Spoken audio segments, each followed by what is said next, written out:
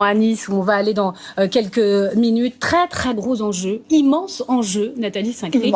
Mais oui, parce qu'on va parler beaucoup de stratégie d'alliance ce soir, pour la gauche, à commencer par le PS. Alors simplement, est-ce que le PS est requinqué, après des années un peu dures et un score pitoyable à la présidentielle ? Est-ce que la stratégie d'LFI, qui est une stratégie de la violence, si j'ose dire, c'est-à-dire est-ce qu'ils concurrencent, ils réussissent à concurrencer et à se maintenir au-dessus de 10 ? Et enfin, ce qui va être intéressant, c'est si le Parti socialiste est assez fort pour se passer de LFI avec une fusion des accords pour le deuxième tour. En gros, deux lignes.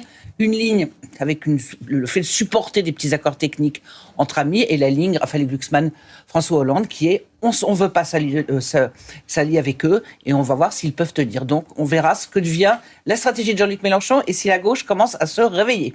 Et je salue au passage les téléspectateurs du réseau ici qui nous ont rejoints. Soyez les bienvenus.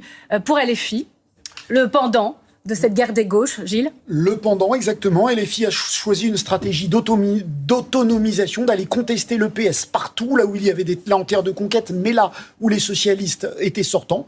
Est-ce que ça va marcher ? Est-ce que ça va pas marcher ? Est-ce qu'ils vont affaiblir les socialistes avec deux éléments d'actualité très importants ? On sait la violence de la stratégie politique d'LFI depuis un an, mais il y a